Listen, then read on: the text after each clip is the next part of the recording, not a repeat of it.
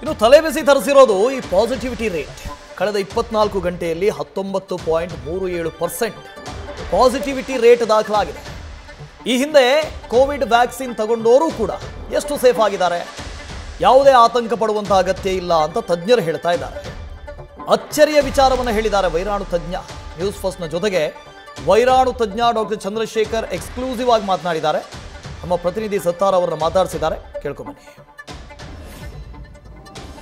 ರಾಜ್ಯಕ್ಕೆ ಕೊರೋನಾ ರೀ ಎಂಟ್ರಿ ಕೊಟ್ಟಿದ್ದು ಸದ್ಯ ಸಕ್ರಿಯ ಪ್ರಕರಣಗಳ ಸಂಖ್ಯೆ 80ಕ್ಕೆ ಏರಿಕೆಯಾಗಿದೆ. ಈ ನಡುವೆ ತಜ್ಞರು ಕೂಡ ಯಾವುದೇ ಆತಂಕ ಪಡುವುದು ಬೇಡ, ಬಟ್ ನಿರ್ಲಕ್ಷ್ಯ ಕೂಡ ಮಾಡುವುದು ಬೇಡ ಅಂತಿದ್ದಾರೆ. ಹಾಗಾದ್ರೆ ಕೊರೋನಾ ಸದ್ಯಕ್ಕೆ ಯಾವ ಹಂತದಲ್ಲಿದೆ?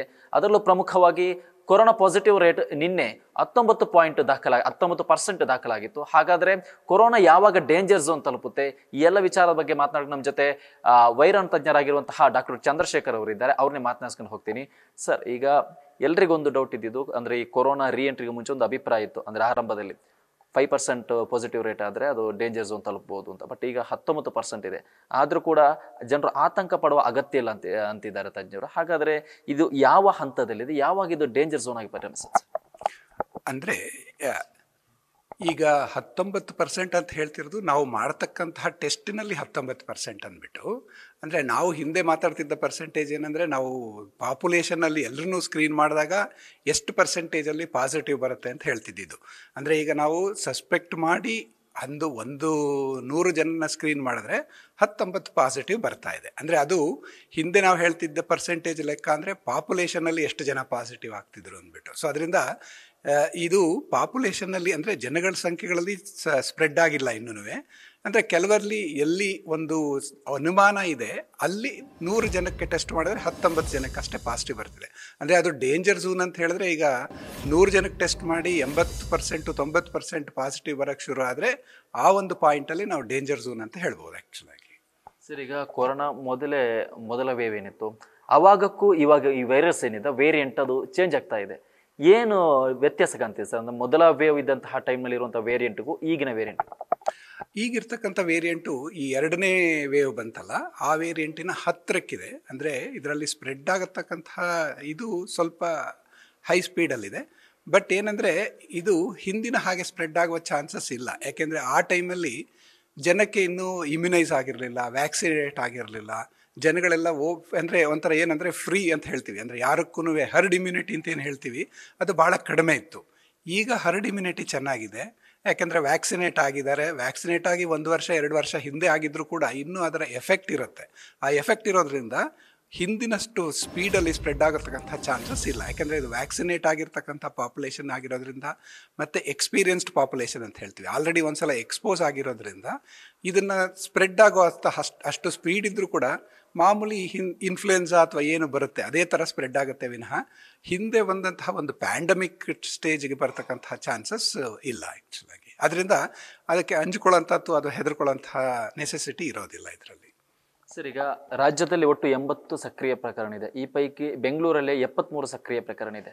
ಹಾಗಾದರೆ ಇದನ್ನು ಗ್ರೌಂಡ್ ಲೆವೆಲ್ನಲ್ಲಿ, ಯಾಕಂದರೆ ಬೆಂಗಳೂರು ಸರಿ ಸುಮಾರು 1.5 ಕೋಟಿಯಷ್ಟು ಜನಸಂಖ್ಯೆ ಇರೋದರಿಂದ ಇದು ಕಮ್ಯುನಿಟಿ ಸ್ಪ್ರೆಡ್ ಆಗದಂಗೆ ಗ್ರೌಂಡ್ ಲೆವೆಲ್ನಲ್ಲೇ ಇದನ್ನು ತಡೆಗಟ್ಟಲು ಏನು ಮಾಡಬೇಕು ಸರ್? ಅಲ್ಲ, ಅಂದರೆ ಇದರಲ್ಲಿ ಒಂದು ಯಾರಿಗೆ ಒಂದು ಈ ಜ್ವರ, ನೆಗಡಿ, ಕೆಮ್ಮು ಆ ಥರ ಇರುತ್ತೆ, ಅವರು ಕೊರೋನಾ ಅಂತ ಪ್ರಿಸ್ಯೂಮ್ ಮಾಡ್ಕೊಳ್ಳೋದು ಬೆಟ್ರು. ಅಂದರೆ ಯಾರೇ ನೆಗಡಿ ಕೆಮ್ಮಿದ್ರು ಕೂಡ ನಾವು ಸಾಮಾನ್ಯವಾಗಿ ಏನು ಹೇಳ್ತೀವಿ, ಮೂಗಿಗೆ ಬಟ್ಟೆ ಕಟ್ಕೋಬೇಕು ಅಥವಾ ಇದು ಏನು ಮಾಸ್ಕ್ ಅಂತೀವಿ, ಮಾಸ್ಕ್ ಹಾಕ್ಕೊಳ್ಬೇಕು. ಸಂಖ್ಯೆಗಳು ಜಾಸ್ತಿ ಇರತಕ್ಕಂಥ ಜಾಗದಲ್ಲಿ ಹೋಗಬಾರ್ದು, ಯಾಕೆಂದರೆ ಅದು ಅವರಿಂದ ಬೇರೆಯವ್ರಿಗೆ ಸ್ಪ್ರೆಡ್ ಆಗೋ ಚಾನ್ಸ್ ಇರುತ್ತೆ. ತುಂಬ ಕ್ರೌಡ್ ಇರತಕ್ಕಂತಹ ಜಾಗದಲ್ಲಿ ಇನ್ನೂ ಸ್ವಲ್ಪ ಮಾಸ್ಕ್ಗಳನ್ನು, ಎಸ್ಪೆಷಲಿ ವಯಸ್ಸು ಜಾಸ್ತಿ ಆಗಿರ್ತಕ್ಕಂಥವ್ರು ಅಥವಾ ಇಮ್ಯುನೋಸಪ್ರೆಸಿವ್ ಡ್ರಗ್ಸ್, ಅರ್ಥರೈಟಿಸು ಆ ಥರ ಇದ್ದು ಮಾತ್ರೆಗಳನ್ನು ತಗೊಳ್ಳೋಂಥವ್ರು, ವ್ಯಾಕ್ಸಿನೇಟ್ ಮಾಡಿಕೊಂಡು ಮಿಸ್ ಮಾಡ್ಕೊಂಡಿರ್ತಕ್ಕಂಥವ್ರು ಆದಷ್ಟು ಸ್ವಲ್ಪ ಕೇರ್ಫುಲ್ ಆಗಿರಬೇಕು. ಅಂದರೆ ಮಾಸ್ಕ್ನ ಹಾಕ್ಕೊಳ್ಳಿ, ತುಂಬ ಜನಗಳಿರ್ತಕ್ಕಂತಹ ಜಾಗದಲ್ಲಿ ಹೋಗೋದು ಬೇಡ. ಎಸ್ಪೆಷಲಿ ಜ್ವರ, ನೆಗಡಿ, ಕೆಮ್ಮು ಆ ಥರ ಇದ್ದವ್ರನ್ನ ಸ್ವಲ್ಪ ದೂರದಲ್ಲಿ ಇಟ್ಕೋಬೇಕು. ಅಥವಾ ಅವರಲ್ಲಿ ಹೋಗಲೇಬೇಕು ಅಂತ ಹೇಳಿದ್ರೆ ಮಾಸ್ಕ್ ಹಾಕ್ಕೊಳ್ಬೇಕು, ಹ್ಯಾಂಡ್ ವಾಶು ರೆಗ್ಯುಲರ್ ಆಗಿ ಮಾಡ್ಕೊಳ್ಬೇಕು. ಈ ಒಂದು ಸಿಂಪಲ್ ಪ್ರೊಸೀಜರಲ್ಲಿ ತಮಗೆ ಆಗತಕ್ಕಂಥದ್ದು ಮತ್ತು ಇನ್ನೊಬ್ಬರಿಗೆ ಹರಡೋದನ್ನು ಪ್ರಿವೆಂಟ್ ಮಾಡ್ಕೋಬಹುದು. ಸರ್, ಈಗ ಕೊರೋನಾ ಮೊದಲ ವೇವ್ ಬಂತು, ಅದಾದ್ಮೇಲೆ 2ನೇ ವೇವ್ ಬಂತು. ಇತ್ತೀಚೆಗೆ ಒಂದು 2-3 ವರ್ಷದಲ್ಲಿ ಯಾವುದೇ ರೀತಿಯ ಒಂದು ಆ ರೀತಿಯ ಆತಂಕ ಇರಲಿಲ್ಲ ಕೊರೋನಾ ವೈರಸ್. ಇನ್ನೇನು ವೈರಸ್ ಎಲ್ಲ ಮುಗ್ದೋಯ್ತು, ಸತ್ತೇ ಹೋಯ್ತು ಅನ್ನುವಷ್ಟರಲ್ಲಿ ಮತ್ತೆ ಬರ್ತಿದೆ. ಅಂದ್ರೆ ಇದು ಪ್ರತಿ ವರ್ಷ ಒಂದೊಂದು ದೇಶದಲ್ಲಿ ಒಂದೊಂದು ರೂಪದಲ್ಲಿ ಕಾಣಿಸ್ಕೊಳ್ತಾ ಇದೆ. ಯಾಕೆ ಸರ್ ಹೀಗೆ ಇದೆ? ಅಂದ್ರೆ ಈ ವೇರಿಯಂಟ್ ಈ ಬದಲಾವಣೆ ಆಗಿರ್ಬೋದು, ಪ್ರತಿ ವರ್ಷ ಒಂದೊಂದು ದೇಶದಲ್ಲಿ ಯಾಕೆ ಈ ತರ ಕಾಣಿಸ್ಕೊತಿದೆ? ಅಂದರೆ ನಾನು 2 ವರ್ಷದ ಹಿಂದೆ ಅಥವಾ 1 ವರ್ಷದ ಹಿಂದೆ ಯಾವಾಗ ಮಾತಾಡಿದಾಗ ಹೇಳಿದೆ, ಈ ವೈರಸ್ ಅನ್ನತಕ್ಕಂಥದ್ದು ನಮ್ಮ ಪ್ರಪಂಚದಿಂದ ಸಂಪೂರ್ಣವಾಗಿ ಹೋಗೋದಿಲ್ಲ. ಈ ವೈರಸ್ ನಮ್ಮ ಜೊತೆ ಇದ್ದೇ ಇರುತ್ತೆ. ಬಟ್ ಏನಂದರೆ ಇಷ್ಟು ಪ್ರಮಾಣದಲ್ಲಿ, ಆ ಹಿಂದೆ ಏನು ಮಾಡಿತ್ತಲ್ಲ ಅಷ್ಟು ಪ್ರಮಾಣದಲ್ಲಿ ಬರುವುದಿಲ್ಲ. ಕಾರಣ ಏನಂತ ಹೇಳಿದರೆ, ಒಂದು ಸಲ ಹರ್ಡ್ ಇಮ್ಯುನಿಟಿ ಅಂದರೆ ಜನಸಂಖ್ಯೆಯಲ್ಲಿ ಈ ವೈರಸ್ಸಿನ ಬಗ್ಗೆ ಒಂದು ಬಾಡಿ ತಿಳ್ಕೊಂಡು ಬಿಟ್ಟರೆ ಮತ್ತೊಮ್ಮೆ ಅಷ್ಟು ಸಿವಿಯರ್ ಆಗಿ ಸ್ಪ್ರೆಡ್ ಆಗೋ ಚಾನ್ಸಸ್ ಇರೋದಿಲ್ಲ. ಈಗ ನಮ್ಮಲ್ಲಿ ಇನ್ಫ್ಲೂಯೆನ್ಸಾ ಅಂದ್ಬಿಟ್ಟು ಪ್ರತಿ ಸೆಪ್ಟೆಂಬರ್ ಅಕ್ಟೋಬರಲ್ಲಿ ಬರುತ್ತೆ. ಅದೇ ಥರ ಈ ವೈರಸ್ಸು ಕೂಡ ಬರ್ತಿರುತ್ತೆ. ಸಮ್ಮರ್ ಟೈಮಲ್ಲಿ ಬರುತ್ತೆ, ಅದು ವಿಂಟರ್ ಟೈಮಲ್ಲಿ ಬರುತ್ತೆ, ಇದು ಸಮ್ಮರ್ ಟೈಮಲ್ಲಿ ಬಂದು ಹೋಗುತ್ತೆ. ಆ ವೈರಸ್ಸಿನ ಒಂದು ಗುಣಲಕ್ಷಣಗಳೇ ಅದೇ. ಅದು ಪ್ರತಿಯೊಂದು ಟೈಮಲ್ಲೂ ಕೂಡ ಅದರ ಲಕ್ಷಣಗಳನ್ನ ಬದಲಾಯಿಸ್ಕೊಳ್ತಾ ಇರುತ್ತೆ. ಲಕ್ಷಣ ಬದಲಾಯಿಸ್ಕೊಂಡೇಟ್ಗೆ ಮತ್ತೊಂದು ರೌಂಡ್ ಬರುತ್ತೆ.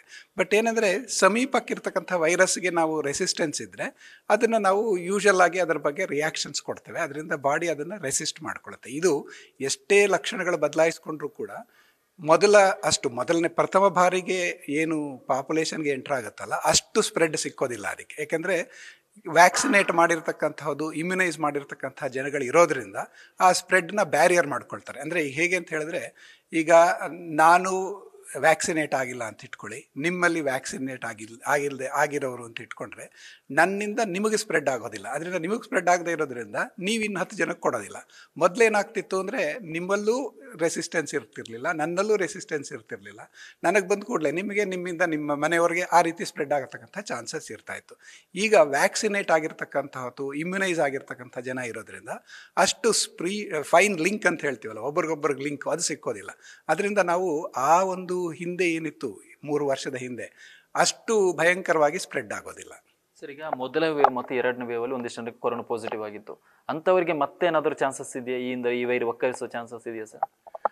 ಅಂದರೆ ಯಾಕೆಂದರೆ ಪ್ರತಿಯೊಂದು ವೇರಿಯಂಟಲ್ಲೂ ಬಂದಾಗ ಕೆಲವಷ್ಟು ಜನಕ್ಕೆ ಬರೋದಿಲ್ಲ, ಕೆಲವಷ್ಟು ಜನಕ್ಕೆ ಬರುತ್ತೆ. ಯಾಕೆಂದರೆ ನಮ್ಮ ಬಾಡಿ ಇಮ್ಯೂನ್ ಸಿಸ್ಟಮ್ ಹೇಗೆ ಅದನ್ನು ವೈರಸ್ಸನ್ನು ರೆಕಗ್ನೈಸ್ ಮಾಡುತ್ತೆ ಅದ್ರ ಮೇಲೆ ಹೋಗುತ್ತೆ. ಅಂದರೆ ಯಾಕೆಂದರೆ ಕೆಲವು ಸಲ ಏನು ವೇರಿಯೇಷನ್ ಇರುತ್ತೆ ಆ ವೇರಿಯೇಷನ್ ಪಾಯಿಂಟಲ್ಲಿ ಇಮ್ಯೂನ್ ಸಿಸ್ಟಮ್ ರೆಕಗ್ನೈಸ್ ಮಾಡಿದರೆ ಅವರಿಗೆ ಹರಡ್ಕೊಳ್ಳೋಂಥ ಚಾನ್ಸಸ್ ಇರುತ್ತೆ. ಕೆಲವಷ್ಟು ಕಾಮನ್ ರೆಕಗ್ನೇಷನ್ ಪಾಯಿಂಟ್ಸ್ ಇರುತ್ತೆ. ಆ ಪಾಯಿಂಟ್ಸ್ಗಳ ಜೊತೆ ಇಟ್ಕೊಂಡ್ರೆ ಯಾವ ವೈರಸ್ ಎಷ್ಟೇ ಚೇಂಜ್ ಮಾಡಿಕೊಂಡ್ರೂ ಕೂಡ ಅವರಿಗೆ ಸ್ಪ್ರೆಡ್ ಆಗೋದಿಲ್ಲ. ಸೊ ಅದರಿಂದ ಎಲ್ಲರಿಗೂ ಬಂದೇ ಬರುತ್ತೆ ಅಂತ ಹೇಳಲಿಕ್ಕೆ ಬರೋದಿಲ್ಲ. ಕೆಲವು ಪ್ರಮಾಣದಲ್ಲಿ, ಈಗ 100 ಜನಕ್ಕೆ ನಾನು ವ್ಯಾಕ್ಸಿನೇಟ್ ಮಾಡಿದರೆ ಅಥವಾ 100 ಜನಕ್ಕೆ ಕೊರೋನಾ ಈ ಹಿಂದಿನ ಇದರಲ್ಲಿ ಬಂದಿದ್ರೆ ಒಂದು 5-10 ಜನಕ್ಕೆ ಬರ್ತಕ್ಕಂಥ ಚಾನ್ಸಸ್ ಇರುತ್ತೆ. ಇನ್ನು 80-90 ಜನಕ್ಕೆ ವಾಪಸ್ ಬರೋದಿಲ್ಲ. ಅದೇ ಕಾನ್ಫಿಡೆನ್ಸ್ ಮೇಲೆ ನಾವು ಹೇಳ್ತಿರೋದು, ಈ ಒಂದು ವೈರಸ್ ಈಗ ಬಂದರೂ ಕೂಡ ಅದರಷ್ಟು ಸ್ಪ್ರೆಡ್ ಆಗೋದಿಲ್ಲ. ಯಾಕೆಂದರೆ 80-90 ಜನಕ್ಕೆ ಅದು ಅಟ್ಯಾಕ್ ಮಾಡೋದಿಲ್ಲ, ಅಥವಾ ಬಂದರೂ ಕೂಡ ಮೈಲ್ಡ್ ಆಗಿದ್ದು ಹೊರಟೋಗುತ್ತೆ. ಸೊ ಅದರಿಂದ ಸ್ಪ್ರೆಡ್ಡಿಂಗ್ ಆಗತಕ್ಕಂಥದ್ದು ಏನು ಫಸ್ಟ್ ಟೈಮ್ ವೈರಸ್ ಎಂಟ್ರಿ ತಗೋತಲ್ಲ ನಮ್ಮ ಪ್ರಪಂಚಕ್ಕೆ, ಅಷ್ಟು ಸ್ಪ್ರೆಡ್ ಆಗೋ ಚಾನ್ಸಸ್ ಇರೋದಿಲ್ಲ ಆ್ಯಕ್ಚುಲಾಗಿ. ಇವಿಷ್ಟು ವೈರಾಣು ತಜ್ಞರಾಗಿರುವಂತಹ ಡಾಕ್ಟರ್ ಚಂದ್ರಶೇಖರ್ ಅವರ ಮಾತು. ಕ್ಯಾಮರಾ ಪರ್ಸನ್ ಪವನ್ ಜೊತೆ ಸತ್ತ, news first Bengaluru. News first ನಿರ್ಭೀತಿಯಿಂದ ನಿಮ್ಮ ಪರವಾಗಿ.